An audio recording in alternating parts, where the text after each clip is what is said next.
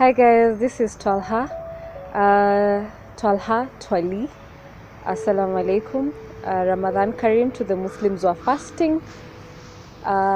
These are the last 10 days of Ramadan, and today I'm going to talk about 24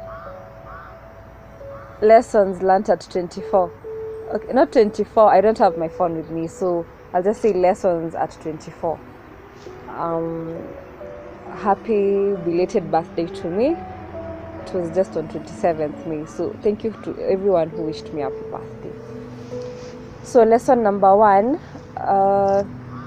there's a difference between relationship with God and you being religious. You being religious is just you doing the practices, and that's why you find that even the things that are done in the churches and in the mosques, some are very rotten, very malicious practices that happen, and those are people who say they are religious. Having a relationship with God is going in depth, exactly what God wants you to do. You having a relationship with God, by the way, nobody will ever understand it.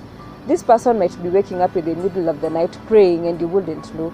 This person might be helping the needy and you wouldn't know. Now those are things that mean you have a relationship with God. So where exactly is your relationship with God? I think that is the fundamental point and aspect that we all need to look at. What exactly is your relationship with God? Because anyway, this world that we are living in is a filthy. It has so much rot in it that if you leave out the fundamental things, the value and the purpose that you're created in this earth to have, then you miss out on a lot of things. And then when you hit rock bottom, then you remember, oh, I actually have a creator. But that's not how it's supposed to be. When you're happy, pray. When you're sad, pray. Lesson number 2, I learned that, I keep saying this, the evil eye is real. Do not show so much about your life to people, because people don't want what you have. People don't want you to be as successful as them. People want to see you successful, yes, but don't beat them. I keep saying this point over and over again. You might be hosting a baby shower, fine. How many people in that baby shower are really happy for you? Some don't even have those relationships to begin with. Some don't have that child that you are boasting about. Cheza chini, as in this life. The world you're living in right now is just, it has so much than you can even imagine. Like there's this story of this couple that got married, then 7 years into the marriage there's no child, and then fights over and over and over. It was so bad, but now they were now resulting into divorce. But you get to see that almost when they were divorcing, they decided, no, let's fast and pray. It's actually a Christian couple. Those people were meokoka, you know. So now they prayed for 7 days, fasted for 7 days. Then there's this time they went towards which hill when they were praying. All of a sudden, when they got back to the house, they were like, God, if there's anything in this house, any obstacle that is hindering us from prosperity, please show it to us right now. And then a peak from the wall actually fell down to show you that it was one of those peaks that they were given during their weddings as gifts. Then they just hung it up there on the wall of their sitting room. So when it fell, they tried to see what was actually in it, only to see that it was written so many bad things. You will never prosper, you will never have a child, you will never be happy, you will never be those. And you see, this is someone who actually showed up at their wedding and gave them a gift. That's why I keep saying there are some things in this life that you don't show, like your relationships, your families, your children.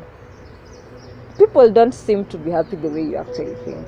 So stay woke, and I've seen this in 3D. It has happened to me too. So just be very careful and pray more. That's the only solution. Lesson number 3, I have learned that you need to love yourself so much. Look at yourself as a priority. Look at yourself as a masterpiece that God created, because He did not make mistakes creating you. In every form, in any manner, He did not make mistakes creating you. But your goal is to take care of yourself, of the person that He created. Take care of yourself such that nobody will ever take advantage of you, nobody will ever trash you, because you give consent to for someone to treat you badly. Yeah, so don't ever allow someone to treat you like trash. Love yourself. Go make your hair, go for mani pedis, do things alone, go for dates alone. Now that is loving yourself, enjoying your own company. If when you reach to that point where you enjoy your own company, then I think you've reached the level of owning one's realization and self that nobody can ever take away. That is the third one. The fourth one is learn to separate wheat from chaff. At this point of life, you get to remove people who don't really add value into your life, because there are so many, and then stay with the people who you know will actually be there no matter what. They got your back. And I said in the other previous vlog, as in, you only need one soul. So in that crew of viewers that you believe that you have this particular soul, who are these people? And be very cautious with them. I'm not talking about this person you can always holler on Friday and you're like, yo, where are you? Let's turn up. Let's go to Tribeca. Let's do this. Happy hour is here. Let's go to Brew Bistro. No. I'm talking about the people who, when you're happy, they're there. When you're sad, they're there. Now, those are the people I'm talking about. Much more often than not, they are not more than 5. You'd be surprised. Another thing that I've learned is about your relationships. You can never ever know, by the way, who I'm actually dating or who is in this picture. I don't think they even know who I am dating themselves. I'm not a player. But it's something that's supposed to be a boat for two. If you start adding people into that boat, then the ship is bound to sink. Don't allow that. This relationship is upon you and your partner and your God. If you start involving people, opinions of people, every decision you make, you have to involve people, surely it can never ever. It's a boat for two. If you add the third person, or 4 or 5, what it will capsize in the end. So yes, learn to fix things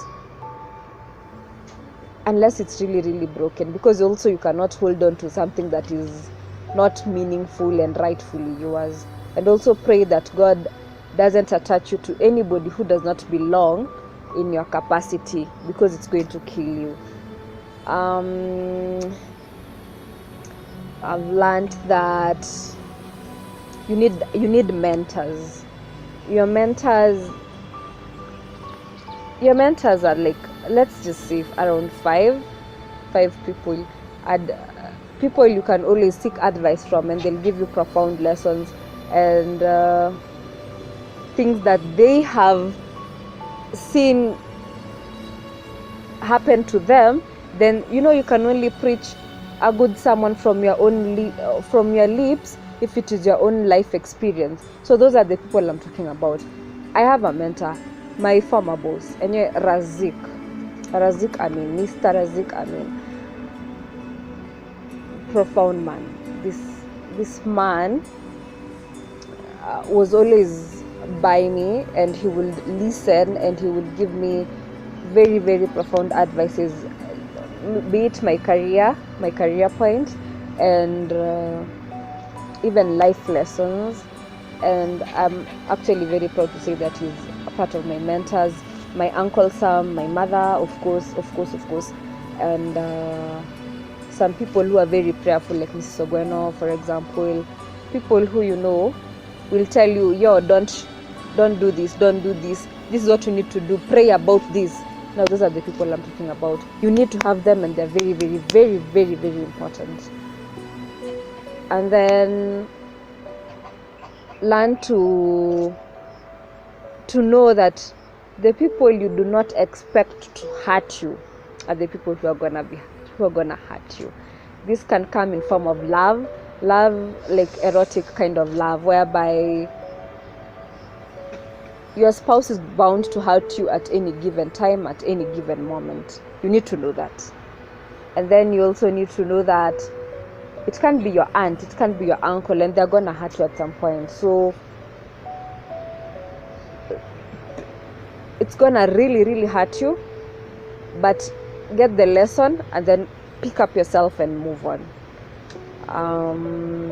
Travel more, like do solo trips. It helps you free your mind, because we are human beings, we get tired. If you keep waiting for people to validate you and validate your opinion, you are a lost person. If you keep waiting for groups to go for road trips with, you are a lost person. I mean, by this point, you can tell them, yo, are you in? I want to go to Naivasha. If they don't want to go alone. Have your own company, get your book, travel, do couch surfing, have fun, come back home. As simple as that. You cannot keep validating things from people and friends. Move, like learn to move. Work on your own journey, work on your own path, so long as you have God with you. Those are the lessons I've learned. I will attach the 23 lessons from the other blog to these ones. I did not have my phone with me. I've just said what was coming from my mouth, from my mind to my mouth. Karibuni sana. Thank you so much. This is Twalha. Please subscribe. It's free, by the way. Bye.